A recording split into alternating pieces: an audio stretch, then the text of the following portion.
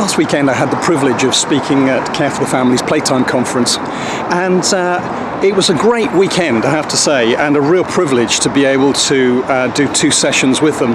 But one of the things that really struck me was a conversation I had with a parent and toddler group leader. She was just telling me that they ran 2 groups in their church, and I assumed naturally that she meant 2 toddler groups, but that wasn't what she meant at all.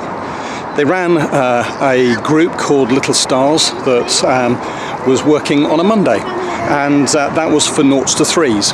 And then on Friday afternoon they were running an after-schools club called Rising Stars that was for those who were 3 to 6.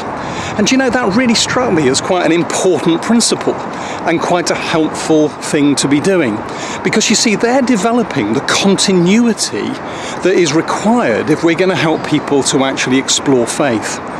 You see, the reality is that it takes time for people to actually think about faith and think about their place where faith is concerned. And to be able to maintain that relationship and extend the influence that you have through to 6 years old is actually really quite fundamental and quite important.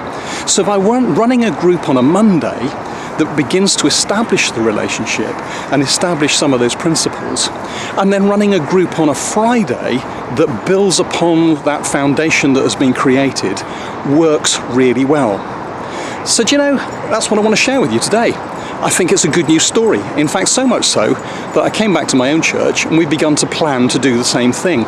We run a toddler group on a Tuesday, and we're beginning to think about running a follow-on group after school on a Friday, which will not only connect into the toddler group, but will also connect on to the junior youth club that runs immediately after it.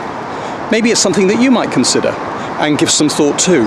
What it's about is being intentional and strategic, thinking about the way we engage with people and how we help them move forward in exploring faith and building relationship with church.